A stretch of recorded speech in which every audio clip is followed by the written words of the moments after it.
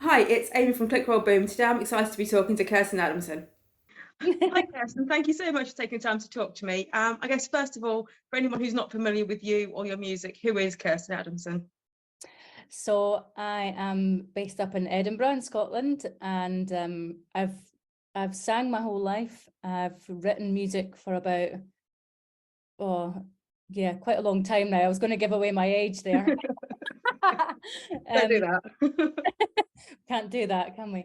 And I've written music for a long time, but over the past couple of years, I've kind of especially been focusing on working on just solo stuff. I've done quite a lot with bands in the past. My previous kind of projects was a band called The Marriage, which is still going, but it's kind of more on the back burner at the moment. Yeah. I had a band called the Gillyflowers years and years ago. I played for a little bit in another band called Aberfeldy. And then, I've done a lot of session singing and stuff like that over the years too. But since 2020, I've really concentrated on just writing, for myself, and whatever happened with that, great. But I ended up putting out an album in January called Landing Place. Which is So very good. that's kind of where we're at. So, how did you get into music, and where do you take your influences from?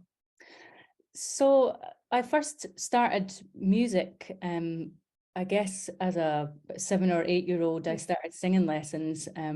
My dad was also a musician and songwriter in a band called Big Country, and a punk band before that called the Skids.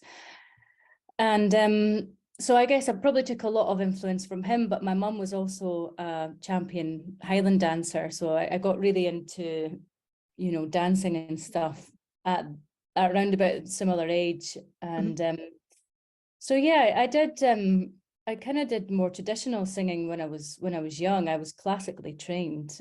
And then it wasn't until I was about 14 or 15. My dad lived in Nashville, and Wow. and I would go across there during the summer holidays in the UK, and I would visit him, and the country music scene over there just had a huge influence on me. I can imagine that must have been incredible. Yeah, it was really cool to go out there and, spend the summers there, just kind of hanging out. And so yeah, I guess the biggest influence for me probably has been country music, via my dad living in Nashville. Yeah. And so when I first started writing my own songs, after I learned a little bit of guitar, country music, or at least Americana style, was kind of what started to come out. And yeah, so that's where my influences lie. To go on another tangent there. So when you're writing an album, where do your inspirations come from?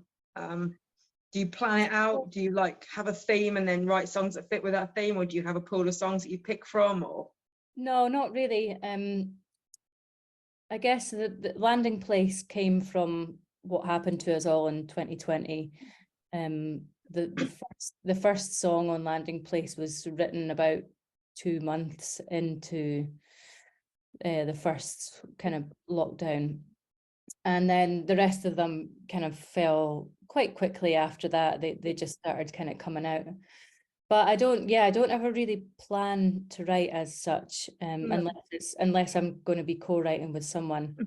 But a lot of stuff that I write is just, it's situational based. So it's kind of what's happening to me, or what's happening to people around me, or, it's highly emotionally charged music, and a lot of it's very relatable. Particularly on the album They Deserve Better, because I believe you are, not giving anyone's age away, but I believe you are a similar age to me. And what you were saying in that about modern society and kind of the rat race and all the rest of it, I thought, do you know what, I feel that every day. I feel like the world's getting swept up in social media and social status, and I thought, you're singing everything I'm thinking. And so I think it's kind of very relatable and very kind of, I could feel connection to most of the album. Yeah, definitely. I think it seems, which is great, and it seems like a lot of people have really connected with it. And I guess that's the reason why I write songs. It is to connect with people, and to to portray emotions through music that people can't necessarily, or find it difficult to talk about. Exactly. Yeah, I think it's very easy to see when a band is putting out music to make sales, or an artist putting out music to make sales, when an artist putting out music they really, really mean and they've connected with, and it's come from their heart. I think as you can just tell. Yeah, I think so as well. Oh yeah, I agree. Which is why I always kind of go towards the smaller artists and the smaller bands than the big kind of platinum selling. They just don't have the same impact. There's nothing wrong with platinum selling. Let's not. No, it's not. There's nothing wrong with that at all. And obviously, you know, a lot of music I love is big and commercial, but I'm the same. I really connect with a lot of sort of folk and Americana artists that aren't necessarily on, you know, the pop side of either of those genres. I just feel like I connect with it a lot more. So your sound changed quite a lot between your debut and Landing Place. Was that a conscious decision, or was that just a natural way it evolved, or how did that work? There was quite a few years in between my debut album and then Landing Place, and you know, I think I had a band before I did the debut album, and what ended up happening with the band is that I think when you're entering into music, everyone has an opinion about how you should sound and how you should look, and you know what you should kind of do. And when you're young and you want to take all this advice on, you end up kind of listening to everybody all at once, and things become very complicated. And so the first record I did was much more like what Landing Place was like, but this record never ended up coming out. This Gillyflowers. Oh, okay. Yes. We recorded it over a space of about 2 or 3 years, and then it just never saw the light of day. And by the end of that, I was really kind of fed up, and you know, the band kind of split up, and I didn't really know what to do with it, with the music that I had. So I think I really just like turned to a completely different genre and thought, well, okay, you know, people say, oh, I need to be rockier or poppier or this, and I'll try and do that. And so, and I think this relates back to what we were talking about, in that, you know, if you're trying to be something, it doesn't necessarily hit home. And I kind of feel like that's kind of what happened with my first album, is that I was trying to take on all this advice and be what people thought that I should be, rather than just doing the country Americana thing that I loved. Yeah. And so I think that's why there's such a big difference in the style and the production. It's quite nice though, because it does show the sort of the versatility in your sound. Oh, absolutely. Absolutely. And you know, it shows where you've come from. Yeah. And a huge influence of mine as well when I was growing up was Kate Bush, you know. Okay. We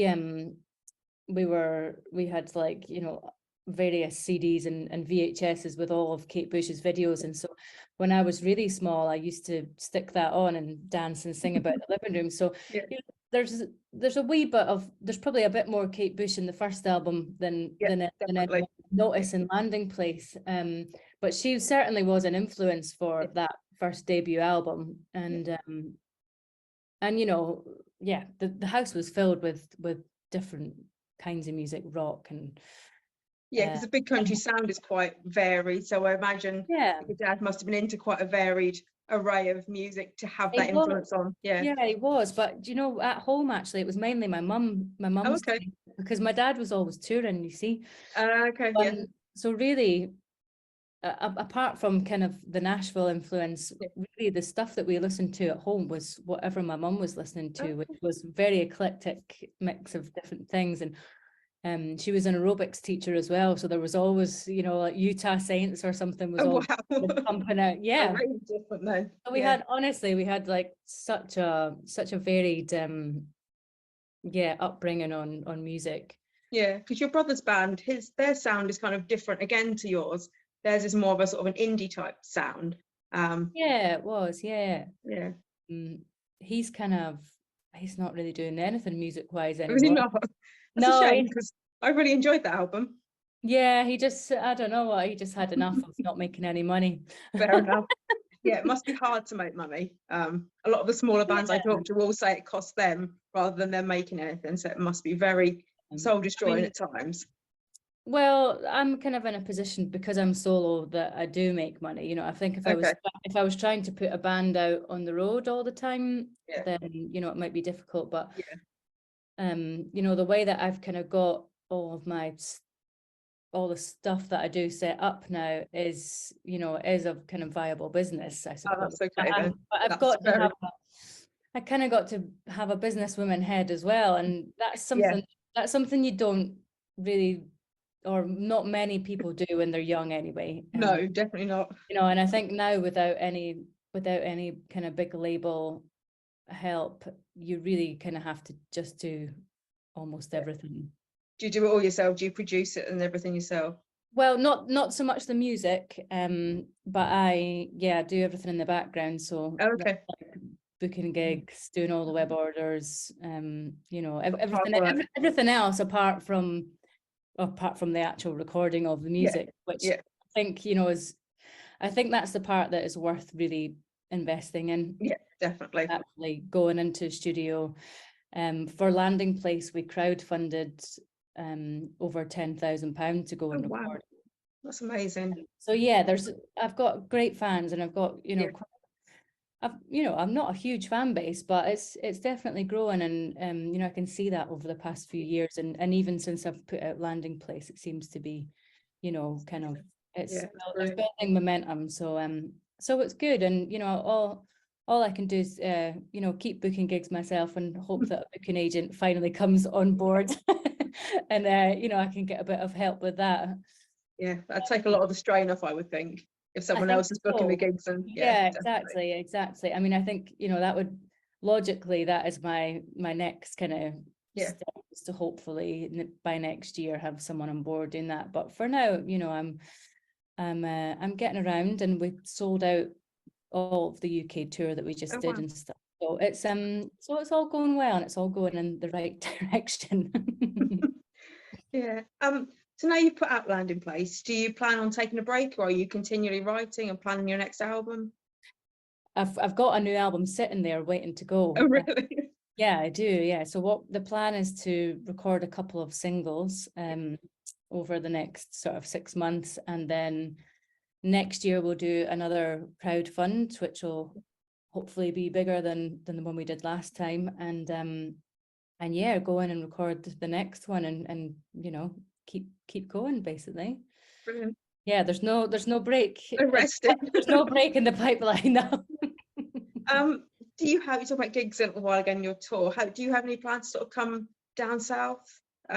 Yes, we were down south all in April for about a week or so. We you know, we did a bit of southern dates, but the plan is to try and get some of the cities that we didn't manage to hit this time round, and then so that's going to be around about October time, and then again in April next year. The plan is to hopefully take the full band out and do a bit. Get to Norwich. We often get forgotten over in East Anglia. Okay. Any good venues that I should? Oh, we've got lots of good venues. Yeah, got some small venues that are really good. A place called Voodoo Daddies is my favourite. Voodoo Daddies, upstairs in the pizza place. It's amazing. Voodoo Daddies in Norwich. Yeah. Okay, I shall hit them up. It's always good to know, you know, because sometimes you don't know, you know, what venues to try in these places. Yeah, there's another one called Brickmakers. There's quite a lot. I can Instagram you some places. Yeah. Are you all right if we touch on Big Country for a moment? Would you ever consider going out on tour with them or being on stage? I know you have done some stuff on stage with them, but would you ever consider doing that again, or is that not? I think we've always kind of kept things separate, and you know, I've not seen them live for years and years. Really? And you know, yeah, there's no bad blood. We still get on, and I think for me it's kind of too difficult, you know. Yeah, I can imagine. But you know, they're still doing their thing, and I wish them all the best. But I think I'm seeing them on Friday. Are you? But yeah, I think I do think for me, I kind of keep things separate. It's a different genre of music that I'm doing. And, you know, I think although the connection is there with my dad, the connection isn't really there in musical form, No. you know what I mean? But yeah, there's a lot of Big Country fans that cross over onto me, and I've Yeah, met, definitely. you know, I've met so many of them out on this last tour, and it's been great to see that they're really enjoying the music that I'm making. Yeah. And so yeah, I think, you know, that's kind of how I honor my dad's part of that. Yeah. So do you have a favorite Big Country Stuart Adamson song, or is there a particular album song you particularly like? I've got lots now. I think if you'd asked me this 3 or 4 years ago, you know, it probably would have been something like Harvest Home, or you know, something from The Crossing. But I think since I ended up covering so many of them during lockdown, it seems to change. It changes a lot. Yeah.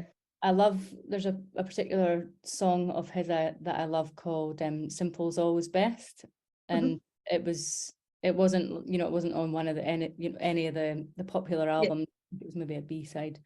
Oh, okay. And he did quite a lot of stuff, you know, like just as he moved to Nashville, that's really great, that that didn't end up going on the Driving to Damascus album. Yeah. But it's all stuff that I've really just discovered the past 2 or 3 years, you know, diving into his music again. It's been really interesting watching some of your videos from lockdown where you've covered the Big Country, because you've changed it so much and you make it a whole new song, and it's really kind of quite emotional listening to some of them, the way you've changed them and turned them more folkish. Yeah, I think a lot of people have kind of felt that about them. You know, a lot of people say, oh, you can really hear and feel the lyrics in the versions that you do, because they're so broken down. You know, and they're not for everybody, but it's just the way that I interpreted them, and they seem to connect with a lot of people. Yeah, definitely. And we've just sort of finished. We've talked about the marriage, or you mentioned the marriage previously. I just want to touch on that a little bit. I found, like, obviously discovering, I got really into Big Country, then I got really into your music, and then I kind of moved on to see what else you'd done. So I started to listen to Imagining Sunsets, and I found it a really fascinating listen. It felt like kind of a failing relationship all the way through, right until you get up to Burn It Down, which is like you've got to the point where you just don't care anymore. It seemed like the emotions of everything going wrong, and then you just realize, I really don't care now. What was the story behind the album? So Imagining Sunsets, Dave and I have been friends for a long time, and he lives in London and I live up in Edinburgh, so we would never really get together an awful lot, but when we did, we would always find that we ended up speaking about relationships, past relationships, you know, current relationships. And so Imagining Sunsets is really us imagining all these, you know, relationships unfolding, or, you know, or combusting, and like, and putting, and not really meaning to put an album together of those kind of songs. It's just that's when we co-write together, we usually end up kind of imagining these kind of couples that and what their relationship must have been like, but it's all drawn from personal experiences. So we're, you know, they're not entirely fictional, but they're not entirely factual either. Okay. And so really it's a funny way of writing, actually. And Dave and I only realized that's how we write, you know, after we'd written it all and we started speaking to people like yourself who were interested in it, and then we had to actually think about what we had written about. And that's really what it is. It's just us talking about all these, you know, relationships or friends relationships that they have, and we come up with these tales that we make into songs. And we're still writing. We've got new stuff on I was just about to say, have you got any new material in the pipeline? Yeah, we do. Yeah, we've got quite a lot sitting there. We just put out some live videos on our YouTube. So that's, I think that's about 3 or 4 new songs that we just put out, but just on YouTube just now. But yeah, the plan is to record another album, I think. Wow. Do you go into the studio and record, if he's in London and you're up in Edinburgh, do you go into the studio and record together, or do you record separately and then put it together? Well, I mean, what we did record together last time, and then we went away and did some overdubs separately for the Imagining Sunsets album. I think what we're going to do for this one is actually record. So basically, whoever's singing the lead part on whichever song is going to record, you know, separately, and then send it to the other to do their parts. I think we have to do it like that realistically, budget-wise, and you know, logistically, it is just much more sensible to do it that way. We've both got great recording setups, and home recording. Yeah, and both have access to kind of friends' bigger studios if needs be. But yeah, I think that will be the plan for this next record. Brilliant. Look forward to it. Hope it's more of the same. Yeah, it will be. Angry relationship type record. It's funny because that stuff totally connects with people as well, even though it is absolutely. Even though it is a bit more fictional, all the songs are written from experience. So I think sometimes, because I've known other bands that have written sort of entirely fictitious albums with the intentions of making people connect with them, even though they're not about real people. I actually think some bands can do it really well, and sometimes it works really, really well, even though it's completely made up. I think, I agree. Yeah. Brilliant. That's everything. Cool. It's been lovely to talk to you. Yeah, you too. If you ever, I will send you that list of venues in Norwich. There's a few other places kind of locally that I'll send you details of as well, because they're kind of they're sort of 250, 300 capacity, and fairly popular. So yeah, I'll send you that list on Instagram. All right, perfect. That'd be good. Brilliant. And and if I get one sorted, I shall email you and let you know. Brilliant. If you have any new material coming out and you want to send us stuff to post, we'll get that posted for you as well. Okay, lovely. All right, brilliant. That's been lovely talking to you. Thanks a lot, Amy. Take care. Bye.